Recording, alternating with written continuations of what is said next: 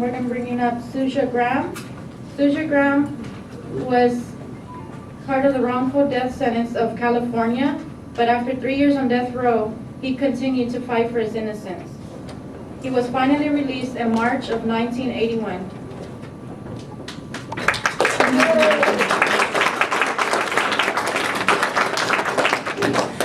I missed the last press conference and I apologize, but anyway, I just want to start off by saying thank you to everyone that is here.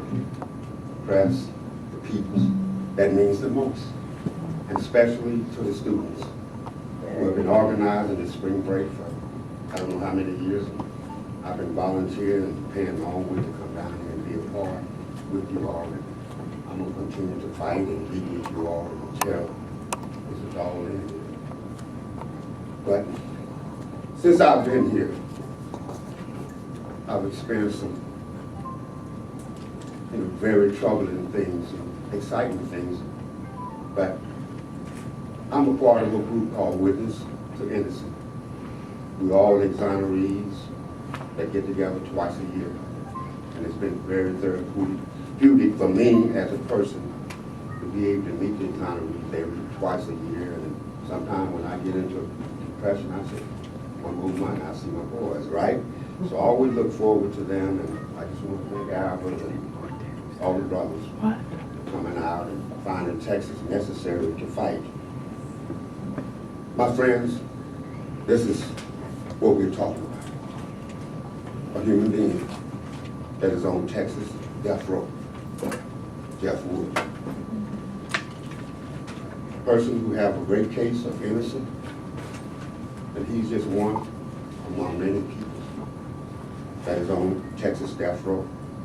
And from the bottom of my heart to be with your brother being on death row, we all got to unite and fight a little better. That's right. That's right. He does.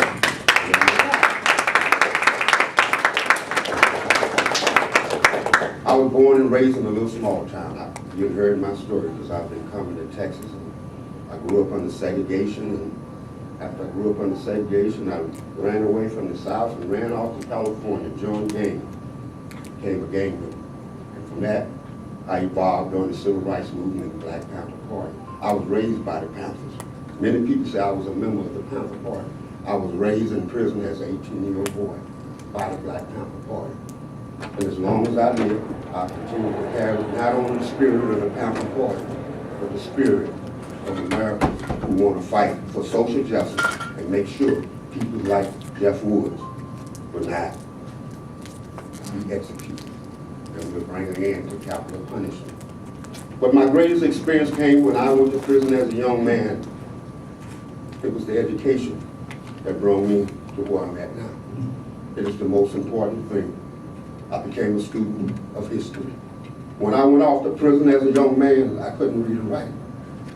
But after I went into prison, those who you all despise, all those that you all call criminals, they taught me everything that I know. Some of the prisons that had been there for 30 and 40 years wasn't on death row. They said, we couldn't do the right thing, but we're going to make sure you don't end up like us. Well, I like to think that I didn't end up like them. After that long talk, I ended up on death row. But I went on to death row, standing up for belief in a conviction that stands dear to me today. I have no regrets for the 12 years I spent in prison, for the years that I spent on death row. I was a political prisoner. I was tried in 1973 behind bulletproof glass. But guards, you couldn't even walk in my courtroom when I was going to trial without going through detectives. It's like you go through the airport, and there was, you all would be behind the bulletproof glass. The prosecutor had on bulletproof vests. And the jury was told to overlook all of this. That's not important. But they was trying to make me look like I wasn't a human being. I was a young African. I was proud to be a young African. And I kind of contributed to my own conviction because I stood up with pride and didn't have no regrets about who I were and what I have been participating in. I was a part of a political movement, and I'm still part of the political movement today, and I ask you people to join that movement. In ending, I would just like to say, thank you all for having me here in Texas, and I look forward for the next few days to be with you all in full battle to end capital punishment, to end the law of pardons. The law of pardons is one of the worst policies, worse than the death penalty itself. But don't stop at the law of pardons.